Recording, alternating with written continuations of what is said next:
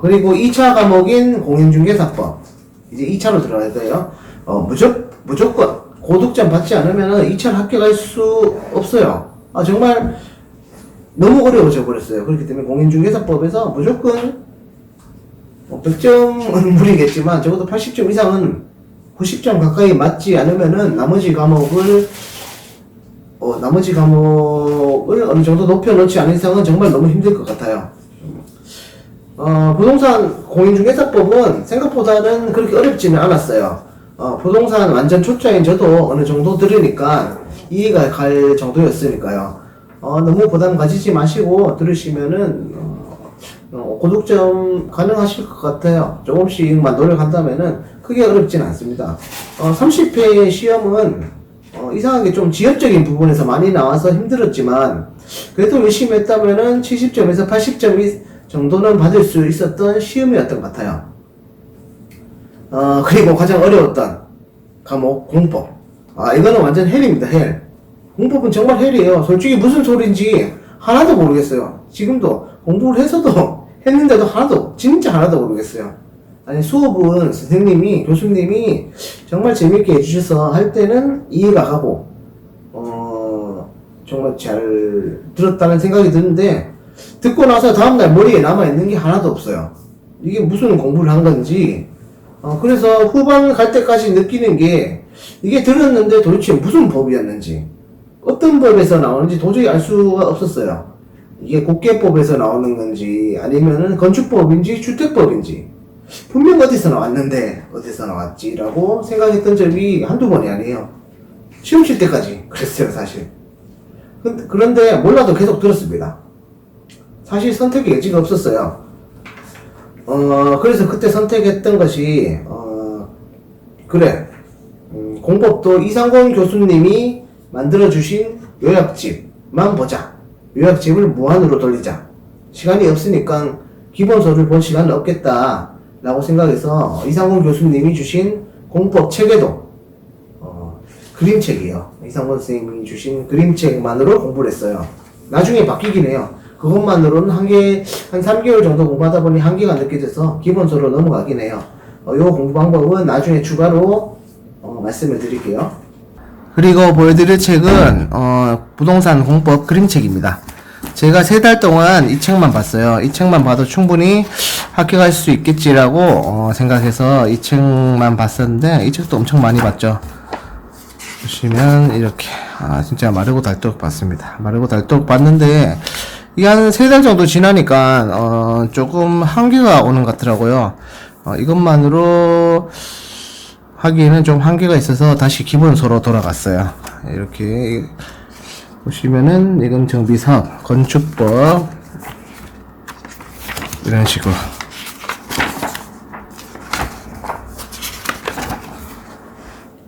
이렇게 봤어요.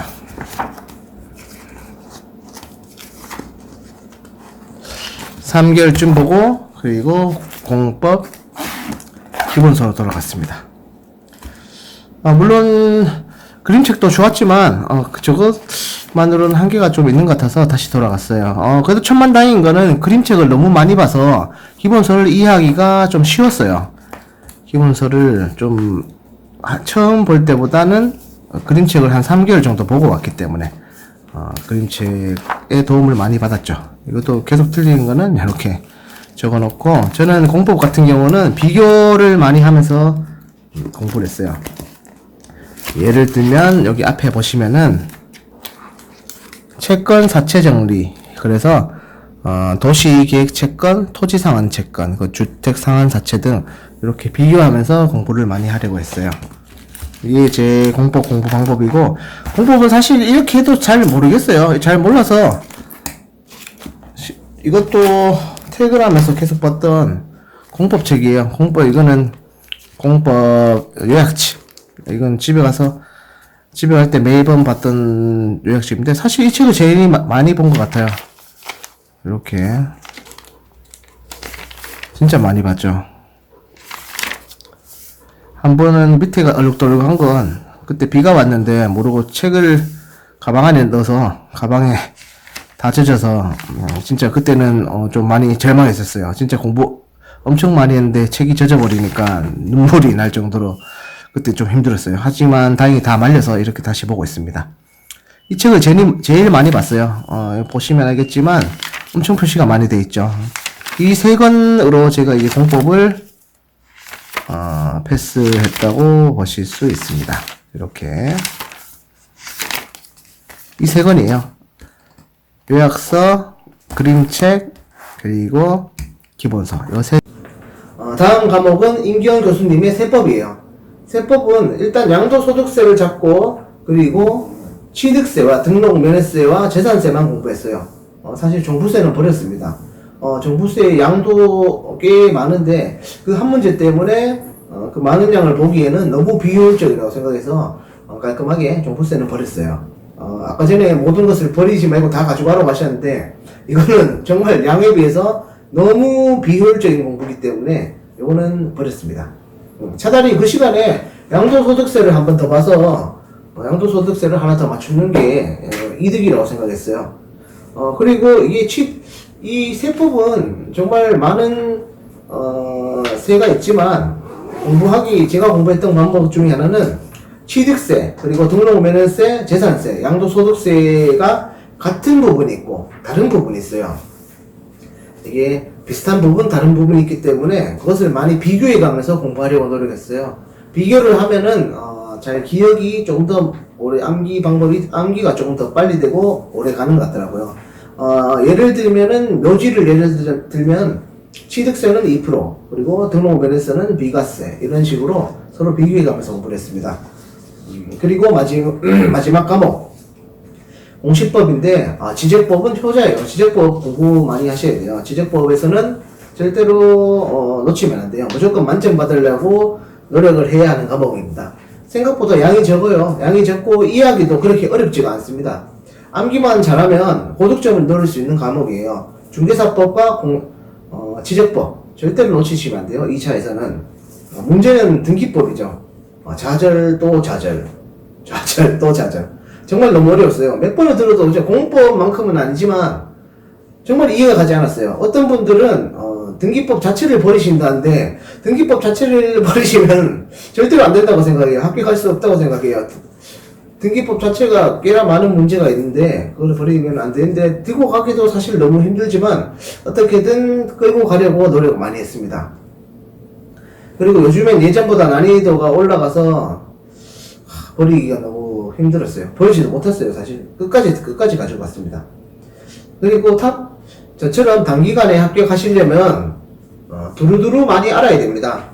너무 전문적으로 파고들 필요는 없지만 적어도 6과목 어느 하나 버릴 과목이 없어요. 등기법도 정말 헤비였죠. 보존 등기부터 가등기까지 암기해야 될 것이 너무 많아요. 암기도 어느 정도 이해가 된 상태에서 암기를 해야 암기가 되는 건데 사실 이해가 안 가는 부분이 너무 많아서 힘들었어요. 그래서 어떨 때는 그냥 무작정 외워버린 것도 많아요. 어쩔 수가 없어요. 이해가 안 가는데 그렇다고 틀릴 수도 없고 무작정 외운 것도 많습니다. 이렇게 해서 강의 듣는 시간만 2달로 걸렸어요. 3월 24일부터 시작했던 강의가 5월 26일 날 끝났습니다. 정말 하루도 쉬지 않고 매일 3-4강씩 들었어요. 쉴 시간이 없었어요. 이제 직장을 다니기 때문에 남들은 전업 수험생하고는 정말 다르게 할 수밖에 없죠. 시간이 너무 부족합니다. 3-4강씩 듣고 강의 듣는 것을 끝나자마자 했던 것이 빅픽처, 즉 큰 그림을 그리는 것이었어요. 제 생각에 이제 그저 강의가 끝났을 뿐이다. 이제부터가 시작이라는 생각으로 마음을 다잡으면서 다시 남은 시간을 체크해 보았어요. 이제 6, 7, 8, 9, 10, 5개월이 남은 거예요. 7개월 중에서 2개월을 강의를 들었으니까요. 그래서 생각했던 것이 6, 7, 8 심화, 그리고 9월, 10월을 마무리하자. 이렇게 계획을 잡았죠. 문제집을 2권씩 샀습니다. 전과목 기출문제집이에요. 방문각 테마별 기출문제집, 그리고 에듀윌 기출문제집 2개를 사서 마음속으로 다짐했어요. 이 두 문제집을 완전 마스터한다. 이 문제집 2권을 다 풀 줄 알면 적어도 60점을 못 넘을 이유가 없다. 라는 생각으로 문제집에 올인을 했죠.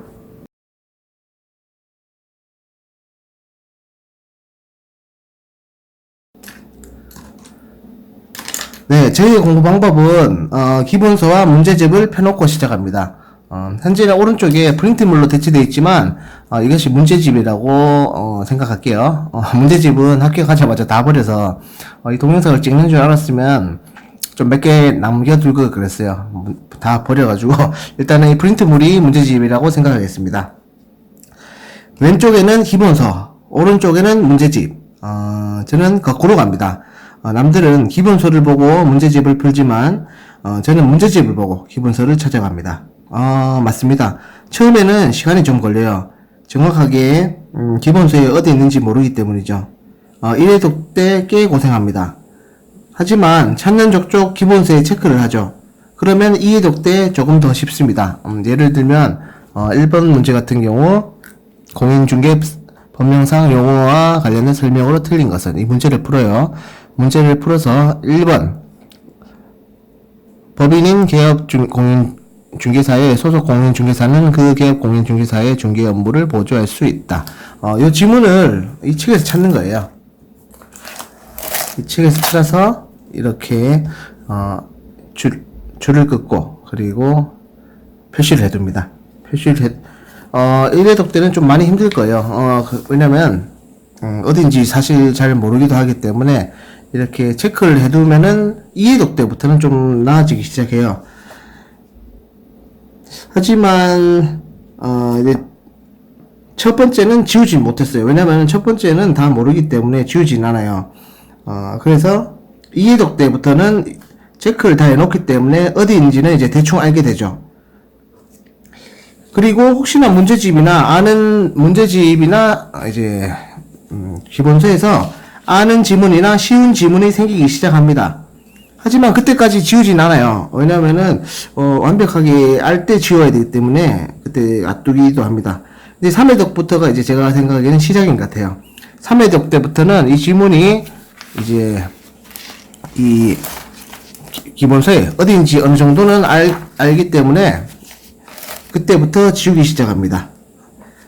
한번 보여드릴게요. 이렇게 문제 다시 풀면서 이것은 아는 지문이다. 그러면은 이렇게 자를 대고 이 지문 자체를 지워버려요.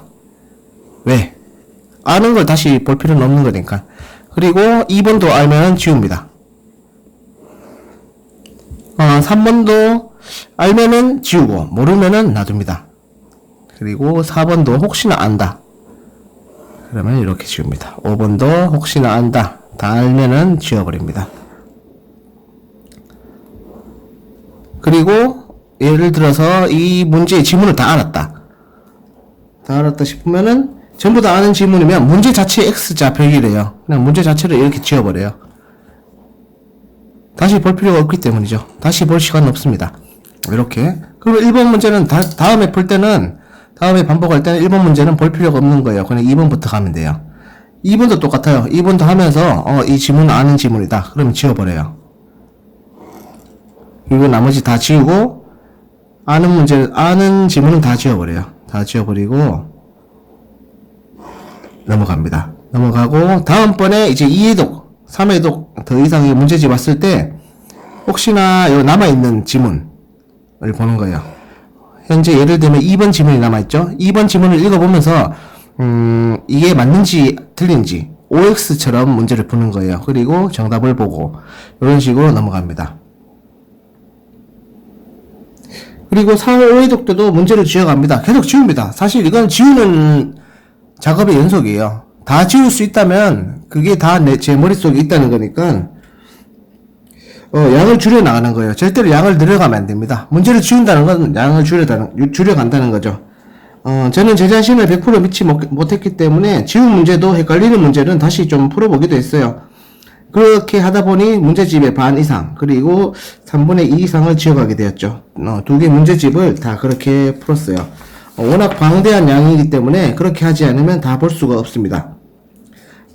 또한 문제집을 풀 때 문제집에